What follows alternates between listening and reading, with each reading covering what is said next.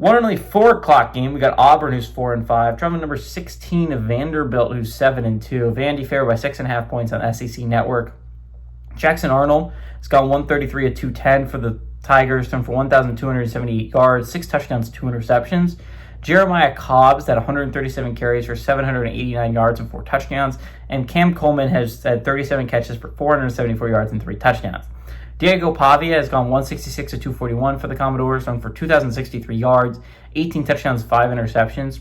Also leads his team on the ground with 99 carries for 501 yards and 6 touchdowns. And Eli Stowers had 38 catches for 543 yards and 4 touchdowns.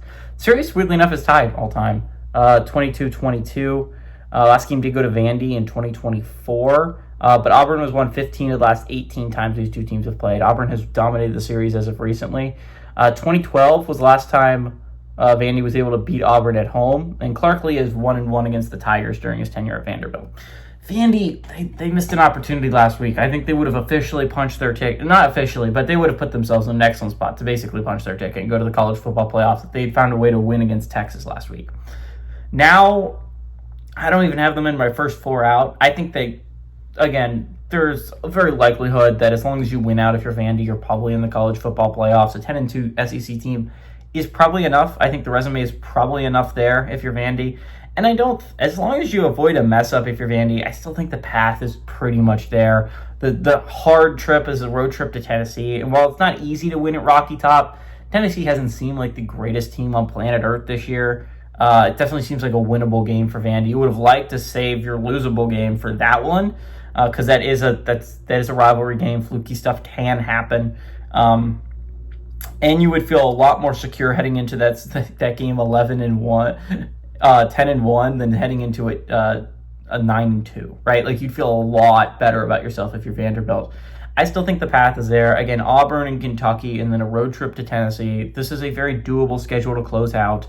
I think the problem is tiebreakers. If Texas finishes at 10-2, that's going to be rough for your college football playoff shots because they would have a tiebreaker over you.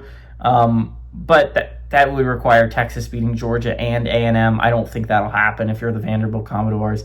I think there are going to be teams that fall apart in front of you. Even though you're not in my first 4 out, I think you're the first one not. I think you're like the 5th team out of the playoffs right now. I think if you win out, you're going to be fine. If you're Vandy, I feel like you will find your way back in it. But it's going to be as an 11 seed or as a 10 seed. And it's going to be a little bit of a more stressful selection Sunday than you would like. Again, Vandy's coming off a loss. I think they bounce back here. Auburn just fired their head coach, so normally there's a little bit of a bump there. Normally interim guys get their boys to play a little bit harder that next week. You can look at the Virginia Tech. You can look at UCLA. You can look at how Florida last week played really well under their interim guy. I think this is a game Vandy wins, though. I think that Leah's going to have these boys ready to play, considering they're coming off a loss, and good teams do not lose 2 games in a row.